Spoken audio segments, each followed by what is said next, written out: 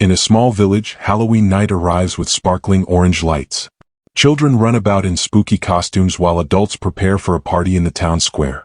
Amid the lively crowd, PIKO, an orange cat with thick fur, wears a detective's coat and fedora, walking confidently through the streets. PIKO is greeted warmly by the villagers. "Welcome, PIKO," shouts a woman dressed as a witch.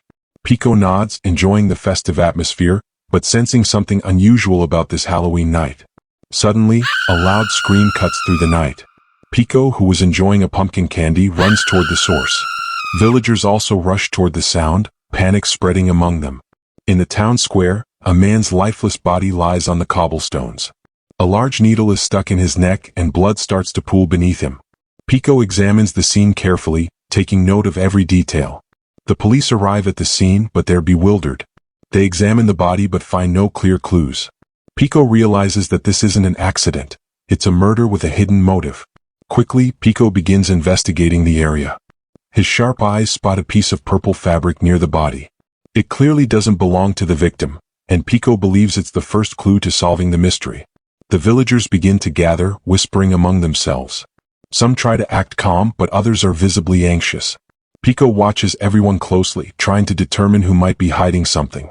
PIKO approaches a witness who claims to have seen someone running away from the crime scene. "Did you notice anything suspicious?" PIKO asks calmly. The witness shakes his head, but PIKO can see the tension in his eyes. PIKO revisits the body and finds a small old key lying near the victim's hand. He picks it up and carefully inspects it. The key seems important, and PIKO decides to investigate further. PIKO heads to the jewelry shop where the victim worked. He tries the key on the shop's door, but it's locked.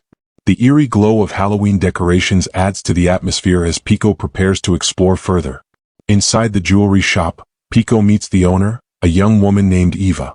"Is there anything I can help you with, PIKO?" she asks, smiling.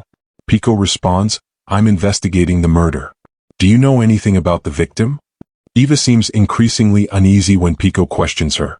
"I only knew him as a longtime friend," she says, but PIKO notices how her hands tremble as she speaks, feeling she might be hiding something. PIKO keeps an eye on Eva, noticing her overly nervous demeanor. She's trying to act calm, but her body language betrays her. Something is off, and PIKO is sure that Eva knows more than she's letting on. PIKO sneaks into the back room of the jewelry shop, carefully inspecting the drawers and shelves. As he examines the space, he finds several valuable items hidden away.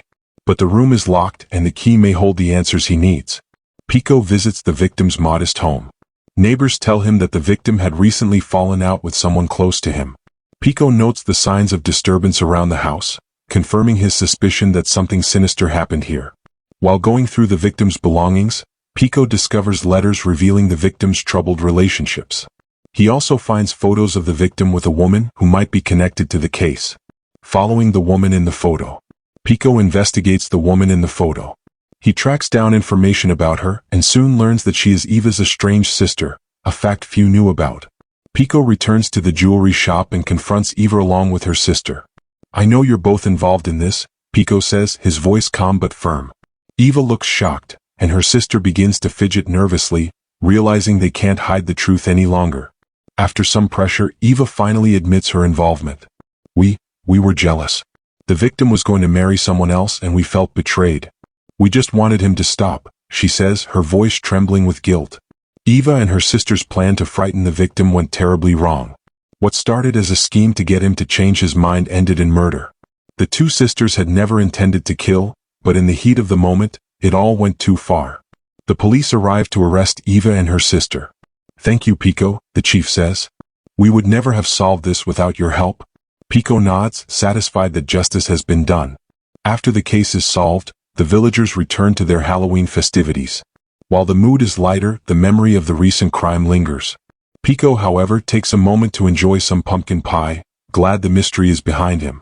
Sitting alone in the village square, PIKO watches the Halloween party continue. His mind drifts back to the case, the strange twists and turns, and the unexpected killer.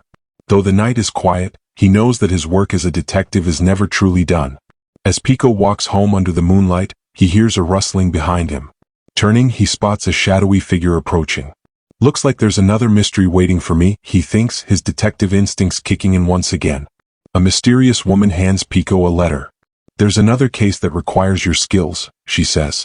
PIKO examines the letter with curiosity, knowing that this will be his next adventure.